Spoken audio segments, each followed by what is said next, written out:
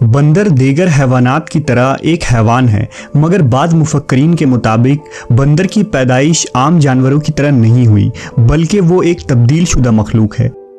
उनके मुताबिक आज से हज़ारों साल कबल हज़रत दाऊद अलैहिस्सलाम की कौम बनी इसराइल ने जब अल्लाह की नाफरमानी की तो बतौर सज़ा उन्हें बंदर और सूअर बना दिया गया था।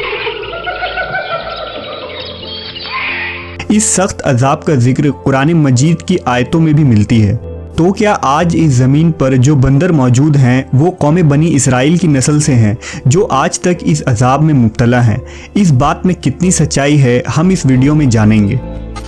कुरान करीम में बहुत सी कौमों के लिए ऐसे वाक़यात बयान हुए हैं जिनमें उनके गलत आमाल और अल्लाह तबारक व तआला के अहकाम हुदूद से तजावीज़ की वजह से उनको अज़ाब इलाही का सामना करना पड़ा। इस सिलसिला में एक मशहूर और इबरतनाक वाक़या असहाब सबत का है। ये वाक़या यहूदियों की एक बस्ती से ताल्लुक़ रखता है।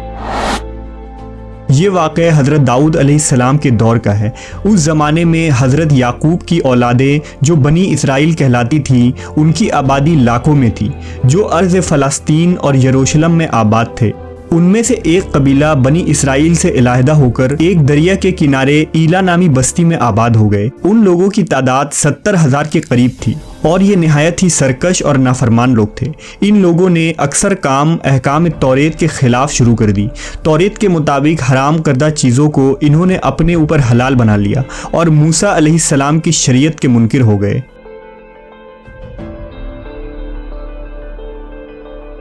ये कौम जिस दरिया के किनारे आबाद थे, इसमें कसरत से मछलियाँ मौजूद थी, लिहाजा ये लोग इस दरिया से मछलियाँ पकड़ते और उन्हें बतौर गज़ा इस्तेमाल करते थे। नेज़ इन मछलियों की खरीदो फरोख्त भी किया करते थे।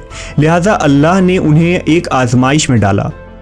हज़रत दाऊद अलैहिस्सलाम की इस कौम को ये हुक्म मिला कि वो हफ्ता यानी सनीचर के दिन मछली का शिकार ना किया करें और ना दुनिया की कोई ख़रीदो फरोख्त करें। इस दिन उनके लिए मछलियाँ पकड़ना हराम करार दिया गया। अलबत्ता सनीचर के अलावा दूसरे दिनों में मछलियाँ पकड़ने की उन्हें इजाज़त थी।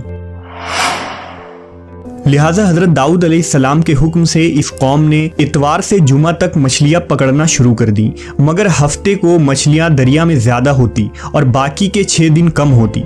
हफ्ते के दिन जब भी दाऊद अलैहिस्सलाम की कौम दरिया के पास आती तो इतनी ज़्यादा मछलियाँ देखकर उनका दिल बेईमान हो जाता।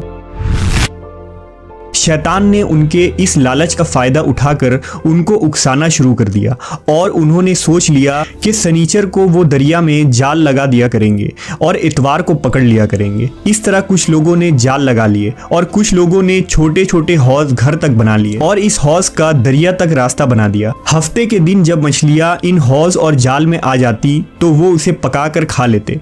इसी बस्ती में अल्लाह के कुछ नेक बंदे भी मौजूद थे जो कहने लगे, ऐ लोगो, अल्लाह ने हफ्ते के दिन शिकार करने से मना किया है।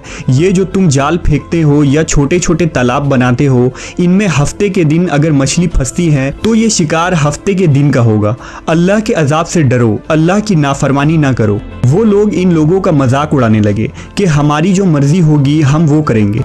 तो यूं अल्लाह के उन नेक बंदों ने बस्ती के बीच में एक दीवार को खड़ा कर दिया और ये हुक्म नाफिज किया कि अल्लाह की नाफरमानी करने वाले इस तरफ हो जाएं और हम जो अल्लाह के फरमाबरदार हैं इस तरफ रहेंगे। वो सारे लोग बार बार उनसे कहते रहे, ऐ लोगो, अल्लाह से डरो।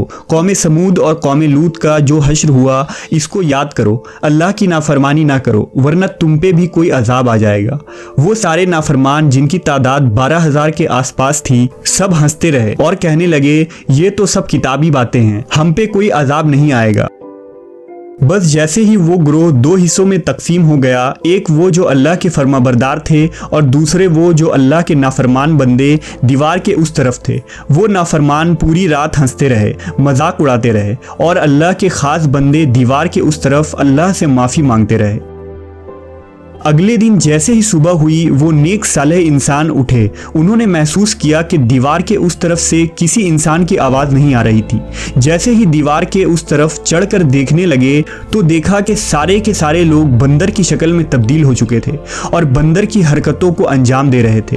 उन लोगों में से जो उनके रिश्तेदार थे, उन्होंने उन बंदरों को कपड़ों से अपने अपने रिश्तेदारों को पहचाना और चीख के रोने लगे, अल्लाह से माफ़ी मांगने लगे। लेकिन अल्लाह का अजाब जब आता है तो वो होकर रहता है। वो 12,000 लोग जो बंदर बन चुके थे कुछ भी खा पी नहीं पा रहे थे और यूं 3 दिन बाद वो सब इस अजाब में आकर हलाक हो गए।